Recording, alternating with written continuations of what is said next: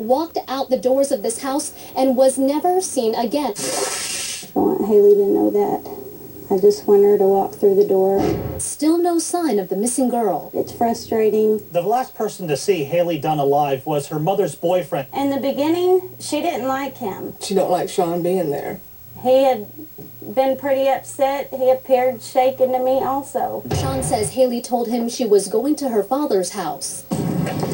She might come over for 5 minutes. She might come over and spend all day. She comes over every day. I didn't see her at all that day. Then to a friend's house down the road. It was revealed that bloodhounds traced Hailey's scent to this hotel. I would never do nothing to that little girl. We are taking your calls, but also taking your calls tonight live. Hailey's mother and father, Billy and Clint Dunn, joining us at Colorado City at Hailey's home. First to you, Miss Dunn, thank you for being with us. Miss Dunn, why are they saying that you and the live-in boyfriend and the family have inconsistent statements? Who has changed their story? I don't know. I did ask one of the Rangers that because I heard that on the news last night also, and he's supposed to be getting back with me. I asked him if there's something I needed to clarify or is there something I need to know about. Okay, I want to go back to you being told that you were deceptive on your polygraph test. Okay. Had you taken any drugs or smoked pot before the polygraph test? No, but they knew I had taken some pain medicine and antibiotics for a bad tooth. They told us not to take any anxiety medication. I didn't know I was going to take the test that day. Okay, to Michael Bohr, WOAI News Radio. Michael, what can you tell me about the polys? We're told by investigators that both the mother and the mother's boyfriend were not told the results of the polygraph test. I was told by the Texas Rangers who were involved with the polygraph testing that they were not told whether they passed or failed. So that might be some of the inconsistencies that we're trying to get at. Okay, you know, the issue about the poly is not helping me find the girl. Okay, if that's the only inconsistency, that's not going to really affect the investigation. What do you know, Michael, about anything regarding the use of drugs before polys? I was told by investigators that there is a very strong sense that both the mother and the mother's boyfriend have been involved with drug use in the past. They didn't say how recently this was, but they did say that they believed in the past both of them had been involved with drugs. They would say marijuana, but they said that was not the only drug.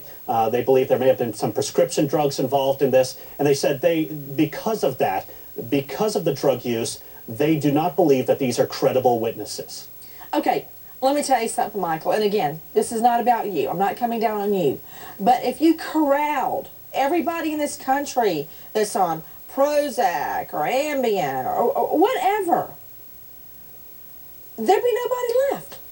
So to say they're not credible witnesses because they smoked a joint back in 1977 or whatever, what does that have to do with Hailey's disappointment? And I'm not even saying that they did or they didn't.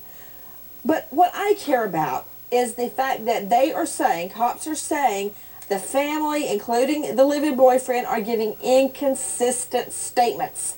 Now, to me, that says you change your story. Unleash the lawyers. Joining us tonight out of Boston, Peter Ellikin, defense attorney, author of Super Predators. Also joining us out of New York, defense attorney Joey Jackson. When I hear inconsistent statements, Peter Ellikin, that is a bell of alarm. What does it say to you? That the family and the live-in have changed their stories, inconsistent statements? I would agree, Nancy. It usually is changing the story, inconsistent statements, if they really have a strong sense somebody's lying. But if there's just a problem with polygraph, I mean, we all know there's a reason why polygraphs aren't allowed in courts. They can be very, very inaccurate. Kind of a little bit helpful as far as an investigative tool, but they really are rather inaccurate. People can just be nervous and they can come up the wrong way. So, okay, Joey therefore, Jackson, if that's all they have. According to experts, polygraphs are 97% accurate. But what I'm talking about is when a cop says the family's given inconsistent statements, to me that says they've changed your story. Not that they're going back and forth about whether they passed their own polygraph. I mean, it could potentially be that they're being misleading, but there are other innocent explanations, Nancy, as well. People are anxious, people get stressed out. People do also believe they're being accused and therefore may not be as forthcoming. So there are innocent explanations as to why there may be inconsistencies.